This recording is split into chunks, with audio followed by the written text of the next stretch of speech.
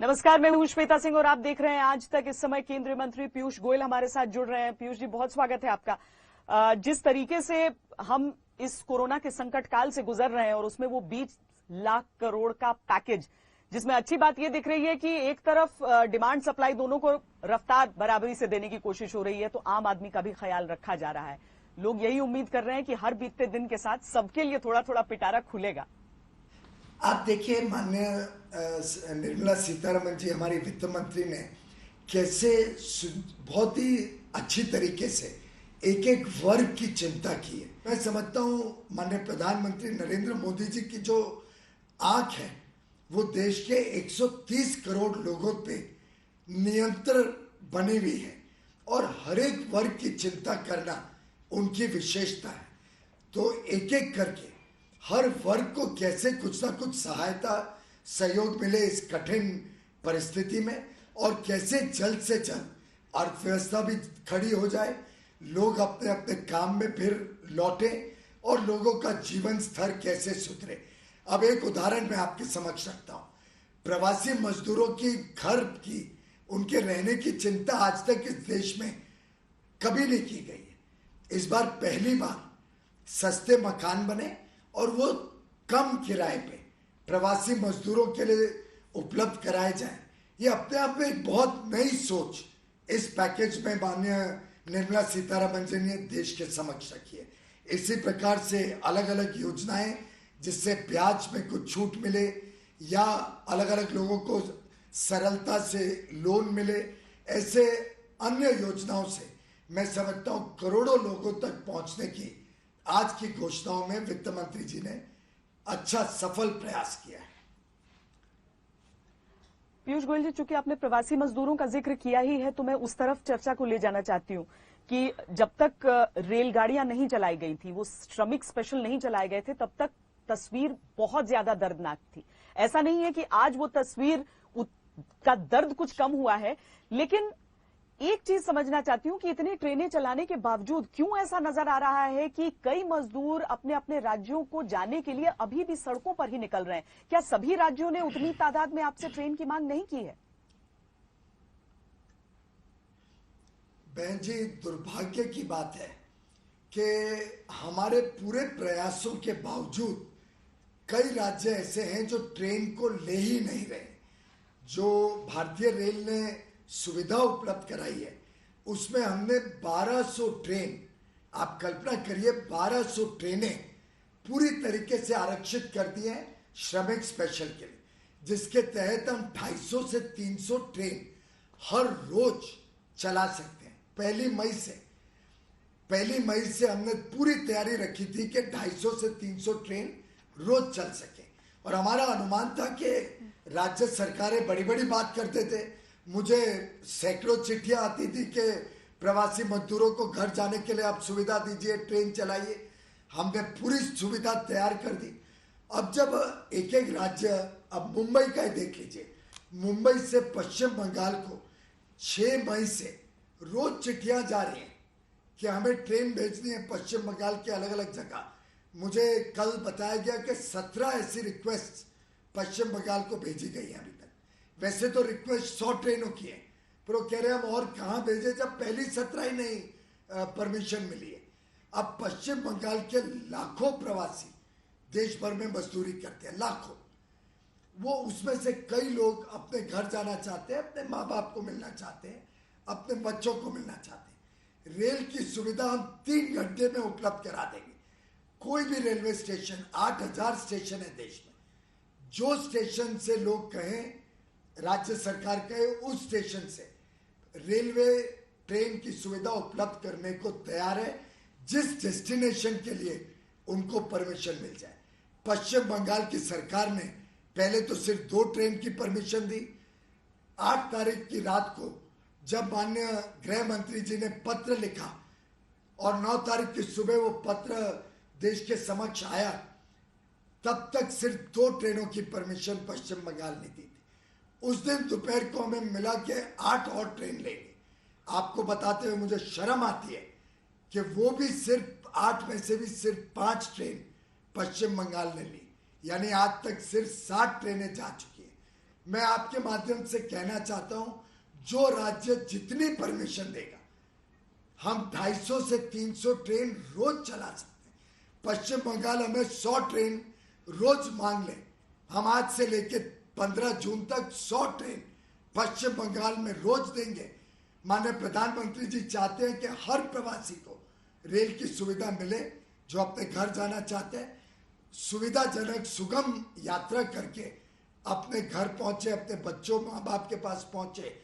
और उन्होंने ये सुनिश्चित 1 मई से कर रखा है। ये उत्तर प्रदेश में 400 से अधिक ट्रेन चली गई, बिहार में 200 से अधिक ट्रेन चली गई, फिर पश्चिम बंगाल में सिर्फ 7 ट्रेन क्यों गई हैं? छत्तीसगढ़ में मात्र शायद 18 या 44 ट्रेन क्यों गई हैं? राजस्थान में 18 ट्रेन क्यों गई हैं? झारखंड में मात्र 44 ट्रेन क्यों गई हैं? मैं समझता हूं इन सब राज्यों ने जनता को जवाब देना पड़ेगा क्यों वो ट्रेनें नहीं ले रही हैं, और जल्द से जल्द इन सब राज्यों ने ट्रेन स्वीकार करनी पड़ेगी, जिससे हम ये सभी प्रवासी भारतीयों को अपने ठिकाने पे पहुंचा सकें। और आपके माध्यम से मैं सभी प्रवासी मजदूरों को कहना चाहूँगा, आप सड़क पे ना निकलें, आप ट्रैक पे ना निकलें, आप साइकिल, बस और ट्रक पे ना चढ़ें। आप अपने नज़दीकी कलेक्टर के ऑफिस में जाएं, वहाँ अपनी दरख्वास्त करें और उस राज्य सरकार के माध्यम से आपके राज्य सरकार को परमिशन के लिए पत्र लिखवाएं, और रेलवे आपको वहीं से लेके अपने घर तक पहुंचाने के लिए तैयार है। चलिए, मुझे लगता है कि आपके आरोप पर अभी इन सारे राज्यों का जिनका आपने नाम लिया है, सबकी तरफ से कोई ना कोई पलटवार तो जरूर आना होगा। लेकिन अभी हम जरा उन स्पेशल ट्रेनों की भी बात कर लेते हैं पीयूष जी, जो रेलवे ने चलाई, ताकि बाकी लोग भी अपने अपने घरों की तरफ जा सकें जिनके लिए उन्हें किराया देना पड़ रहा है। लेकिन इसके साथ ही वो श्रमिक स्पेशल ट्रेनों के किराए की बात पर भी आपसे स्पष्टीकरण जरूरी है, जिसे लेकर इतना असमंजस हुआ कि कहा गया 85% केंद्र, 15% राज्य। कांग्रेस ने कहा नहीं, हम तो पूरे के पूरे पैसे दे देंगे। उसके बावजूद मजदूरों ने दिखाया कि देखिए टिकट के पैसे हमने दिए हैं। बहन जी, इसमें बहुत ही सरल व्यवस्था की गई। पूरा जो खर्च होता है ऐसी स्पेशल ट्रेन चलाने का, वो खर्च अगर 100 रुपए होता है तो केंद्र सरकार ने उसमें से 85 रुपए खुद रेलवे के ऊपर पूरा उस खर्च को अपने कंधे पे उठाने का निर्णय लिया। तो हर 100 रुपए जो खर्च होता है उसमें 85 रुपए केंद्र सरकार और भारतीय रेल के कंधे पे आते हैं, हमारे ऊपर आते हैं। अब पूरी तरीके से आप जरा कल्पना करिए, अगर अनाउंस कर दे कि सब कुछ मुफ्त है, तो लाखों करोड़ों लोग एक इस मुफ्त सुविधा के लालच में अगर ट्रेन स्टेशनों पे हजारों लाखों की संख्या में पहुंच जाए तो व्यवस्था चरमरा नहीं जाएगी। कैसे कंट्रोल करेंगे? आपने देखा था हमारे कांग्रेस के कुछ मित्रों ने कैसे बांद्रा स्टेशन पे हजारों लोगों को पिछले लॉकडाउन के अंतिम दिन में भेज दिया था। कैसे लॉ एंड ऑर्डर प्रॉब्लम हो गई, कैसे संक्रमण तेजी से फैल सकता था। इसलिए हमने मात्र 15% स्टेट गवर्नमेंट से लिया। हमने कोई प्रवासी मजदूर को एक भी टिकट नहीं भेजा। हमने स्टेट गवर्नमेंट को कहा हम आपको टिकट दे देंगे पूरी ट्रेन के और आपसे पैसा ले लेंगे। अब आप वो पैसा खुद दें, आप वो पैसा जिस राज्य में लोगों को भेज रहे हैं उनसे कलेक्ट करके हमें दें, या आप मजदूरों से कलेक्ट करें, ये आपके ऊपर निर्भर करता है। कुछ राज्यों ने स्वयं से कहा कि हम पैसा देंगे, तो उन राज्यों ने खुद दे दिया। कुछ राज्यों ने कहा कि जब पैसेंजर हमारे राज्य में आ जाएगा तो हम चाहते हैं कि वो क्वारंटाइन हो, वो टेस्ट हो, उसके बाद हम उसको पैसा वापस लौटा देंगे। जैसे बिहार ने कहा जब पैसेंजर आ जाएगा हम 500 रुपए किराए के अतिरिक्त देंगे, पर उससे क्वारंटाइन वगैरह की सुविधा सुनिश्चित कर पाएंगे। नहीं तो संक्रमण रोकने के लिए उनके पास कोई साधन नहीं। उड़ीसा सरकार ने तो 2000 रुपए दिए हर ऐसे प्रवासी मजदूर को जो वहां पे गया। उत्तर प्रदेश सरकार ने 1000 रुपए दिए और साथ में 1000 रुपए तक के वस्तुओं का किट दिया, जिसमें राशन है, तेल है, अलग अलग प्रकार की वस्तु दी। तो मैं समझता हूं कुछ राज्यों ने मुफ्त कर दिया, कुछ राज्यों ने इसको नियंत्रण रखने के लिए कहा कि जब मजदूर हमारे यहाँ आ जाए, क्वारंटाइन और टेस्टिंग हो जाए, उसके बाद हम पैसा लौटा के उनको उनके घर सुनिश्चित पहुंचा देंगे। तो मैं समझता हूँ बहुत अच्छी व्यवस्था बनाई गई। और ये स्पेशल ट्रेनों में जो एक नई चीज दिखी वो तरीका नया ट्रैवल करने का, यानी कि एक तो कम ही ऐसा हुआ, कम ही क्या कहें, कभी नहीं देखा ऐसा कि रेलवे स्टेशन पर लोग एक दूसरे से दूरी बनाकर खड़े हों, भीतर जाने के बाद बेडिंग वगैरह नहीं। तो ये हम क्या समझे कि नई व्यवस्था की शुरुआत हो चुकी है अब कोरोना के इस संक्रमण काल में, और जैसा कि डब्ल्यूएचओ कहता है कि ये शायद इस वायरस के साथ हमें जीना सीखना होगा, तो हम ये समझें कि अब आगे से सफर जब भी होगा पूरी तरह लॉकडाउन खुलने के बाद भी वो इसी तरह से संभव हो पाएगा। बहन जी, आपकी बात एकदम सही है। अब पूरी दुनिया को एक नए अंदाज में यात्रा करनी पड़ेगी, चाहे वो हवाई जहाज हो, चाहे ट्रेन हो, चाहे बस हो, या हम टैक्सी में बैठे। आज मुझे लगता है पूरे विश्व ने स्वीकार कर लिया है कि ये जो कोविड-19 की जो बहुत गंभीर महामारी की समस्या है, इसको अगर हमें सही माने में लड़ना है, जब तक इसका कोई वैक्सीन नहीं निकले, जब तक इसका कोई ट्रीटमेंट नहीं आए, और जिसको वर्षों लग सकते हैं, और वैक्सीन बनने के बाद, टेस्टिंग होने के बाद, और टेस्टिंग के भी कई स्टेज होते हैं। मैं आपके ही चैनल पे देख रहा था, आप अलग अलग बता रहे थे कैसे कई स्टेजों के बाद वैक्सीन या क्योर बनते हैं। तो अब काफी समय तक विश्व में यात्रा का तरीका बदलेगा और भारतीय रेल को भी उस नए बदले हुए तरीके से चलना होगा। उदाहरण के लिए अब हम बेडरोल नहीं दे पाएंगे, अब हमें बिस्तर देना, चद्दर देना, तकिया देना, कंबल देना महामारी के रहते, महामारी के डर के रहते असंभव होगा। इसी प्रकार से गर्म खाना आगे चल के शायद बड़ा मुश्किल होगा, क्योंकि उससे संक्रमण फैलने की संभावना बढ़ जाएगी। तो अलग अलग तौर तरीके आगे विश्व को स्वीकार करने पड़ेंगे, और भारत की यात्रा में भी नए तौर तरीके आपको देखने को मिलेंगे। जी, लग रहा है कि आपकी बातों को सुनकर लोग तैयारी कर लें कि भविष्य में यात्रा कैसे करेंगे। ट्रेनों को जैसे बचपन से देखते आए थे, उससे अब एक बहुत अलग दुनिया यहाँ पर आ चुकी है। लेकिन पीयूष जी, जिस तरह से प्रधानमंत्री ने भी आत्मनिर्भरता की बात की, स्वदेशी की बात की, मैंने तो बचपन में, बहन जी, मैंने मैंने बचपन में जितनी ट्रेन की यात्रा की है, हम अपना बेडरोल लेके जाया करते थे, आपको याद होगा। जी, बेडिंग उस समय लेकर आते थे, मतलब आप कह रहे हैं कि दोबारा जी भोजन और बेडिंग घर से लेकर निकला करते थे। अब अच्छा याद दिलाया आपने कि अब दोबारा उसकी व्यवस्था अब शुरू करनी होगी, दोबारा उन बेडिंग रोल्स को ढूंढना पड़ेगा। लेकिन ये जो स्वदेशी और आत्मनिर्भरता की बात प्रधानमंत्री नरेंद्र मोदी ने की है, आज जिस दौर में हम रह रहे हैं वो एक ग्लोबलाइजेशन का दौर, क्या कोई विरोधाभास हम देखें स्वदेशी और ग्लोबलाइजेशन के बीच, या फिर वो भी एक नई दुनिया की शुरुआत हो रही है? बहुत स्पष्ट है कि स्वदेशी या आत्मनिर्भरता और अंतरराष्ट्रीय जो ग्लोबलाइजेशन बोले या अंतरराष्ट्रीय जो काम करने का तौर तरीका है, मिलजुल के काम करने का, इसमें जरा भी कोई अंतर विरोध नहीं है। आत्मनिर्भरता होती है कि भारत एक अपने आप में एक आर्थिक शक्ति बने, एक सुपर पावर बने, भारत में मैन्युफैक्चरिंग को बल मिले, मेक इन इंडिया को बल मिले, लोगों में एक नेशनलिस्टिक स्पिरिट हो, एक ऐसी भावना जगे कि भारत में निर्माण किया हुआ वस्तु भी अच्छी गुणवत्ता वाला हो सकता है, उसकी भी अपनी वैल्यू है। हर वस्तु में लाखों करोड़ों लोगों को पीछे नौकरी मिलती है, काम करने का अवसर मिलता है, हमारे उद्यमी को अवसर मिलते हैं, हमारे उद्योग को बल मिलता है। ये स्पिरिट आज देश में जागृत करने की आवश्यकता है।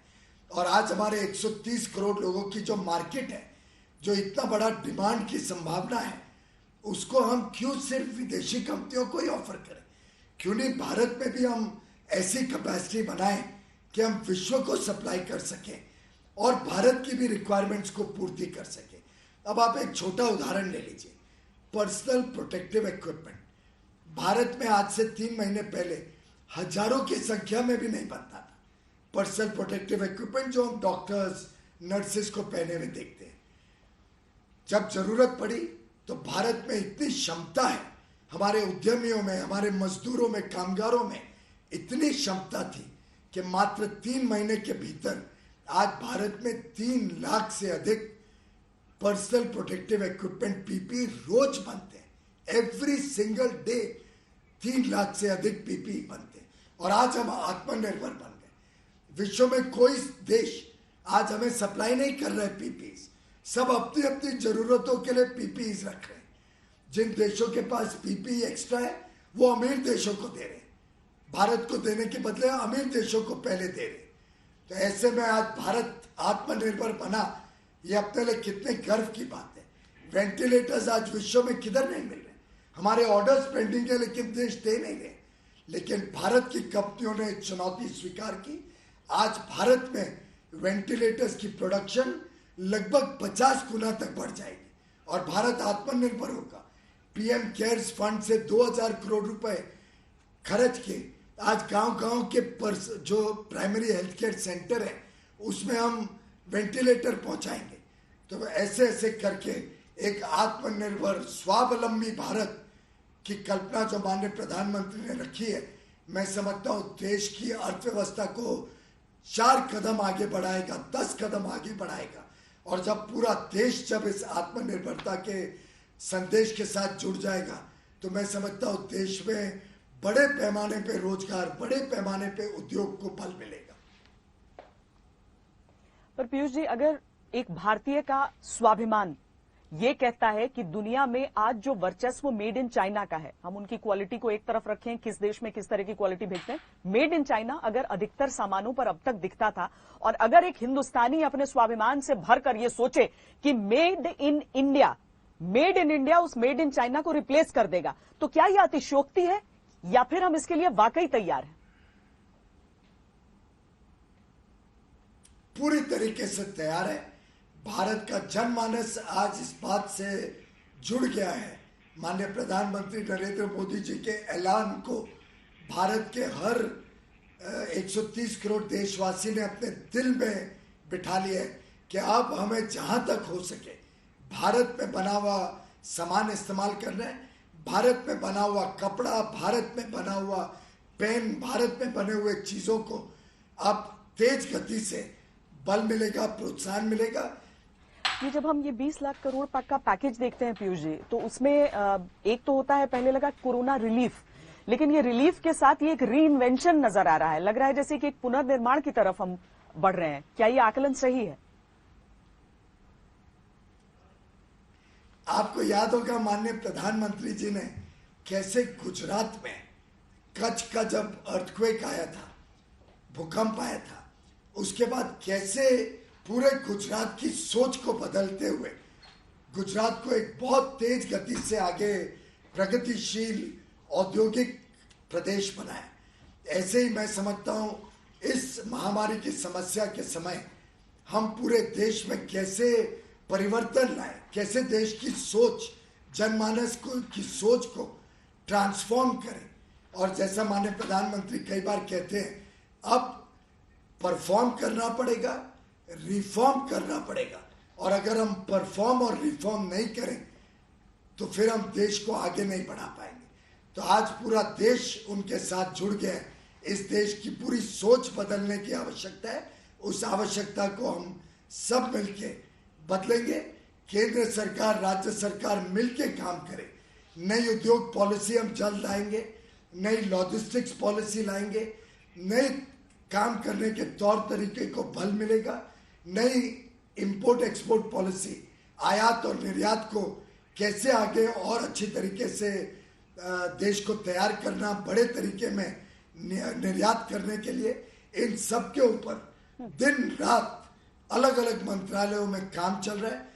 किसानों को कैसे और सक्षम बनाया जाए, लघु उद्योग को कैसे और बल दिया जाए, हमारे मछुआरों का भविष्य कैसे सुधार किया जाए, हमारी ऑटोमोबाइल कंपनीज का भविष्य, खासतौर पे इलेक्ट्रिक ऑटोमोबाइल्स और BS6 ऑटोमोबाइल्स को कैसे बड़े रूप में प्रोत्साहन दे, जिससे पर्यावरण का भी चिंता की जाए, कैसे हमारे फॉरेस्ट, हमारे वनवासियों का भी जीवन सुधरे और फॉरेस्ट कवर देश का बढ़े।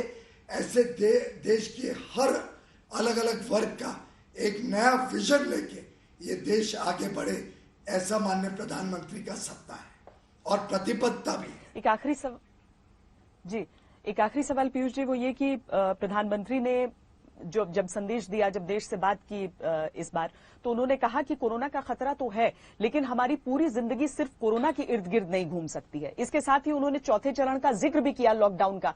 तो हम क्या समझें कि जब हमारा एग्जिट होगा इस लॉकडाउन से, यानी जब ताला खुलेगा लॉकडाउन का, तो एक झटके में नहीं खुलेगा, बल्कि यही हमारा एग्जिट प्लान है कि हम धीरे धीरे थोड़ी थोड़ी सहूलियतें एहतियात के साथ देते हुए ही उस एग्जिट की तरफ बढ़ेंगे। मैं समझता हूं माननीय गृह मंत्री और उनका मंत्रालय इस आगे के 17 तारीख के बाद के चरण के बारे में पूरी तरीके से चिंता कर रहा है, प्लानिंग कर रहा है और जल्दी इसकी जानकारियां देश के समक्ष आएंगी। लेकिन जैसे आपने ट्रेन की जिक्र किया कि भविष्य में हमें यात्रा तो करनी है, कोई ऐसा तो नहीं है कि यात्रा बंद हो जाएगी, लेकिन यात्रा का तौर तरीका बदलेगा। मैं समझता हूं आगे के लिए देश में काम बढ़ेगा, व्यापार बढ़ेगा, लोग फिर एक बार काम में उतरेंगे, काम करने लगेंगे। लेकिन स्वाभाविक रूप से इस महामारी को मद्देनजर रखते हुए काम का तौर तरीका में जरूर हम सभी को थोड़ा परिवर्तन करना पड़ेगा, थोड़ी सावधानी बरतनी पड़ेगी और इसके लिए देश आज तैयार है। हम सबको चिंता करनी पड़ेगी अपने परिवारों की, अपने दोस्तों की, अपने साथ काम करने वाले लोगों की। हम जब सब एक दूसरे की चिंता करते हुए आगे आने वाले दिनों में सावधानी रखेंगे तो मैं समझता हूं इस महामारी से हमें डरने की आवश्यकता नहीं है। फिर एक बार सबको काम पे उतरना चाहिए, फिर एक बार सावधानी बरतते हुए हम देश को पटड़ी पे लाएं, देश की व्यवस्थाओं को, रोजमर्रा के काम को फिर एक बार नॉर्मलाइज करें, लेकिन भीड़ भड़कम ना करें। बड़ी बड़ी शादियां, बड़े बड़े पार्टीज, बड़े बड़े त्योहार, बड़े बड़े रिलीजियस या धार्मिक कार्यक्रम करते हुए जरूर हमें सावधानी बरतनी पड़ेगी, जिसकी गाइडलाइंस समय समय पे देश को सुधारते रहना पड़ेगा, देश को स्वीकार करते रहना पड़ेगा। रेल पटरी पर आई है, अब जिंदगी को पटरी पर आना है। बहुत बहुत धन्यवाद पीयूष गोयल जी हमसे बातचीत करने के लिए।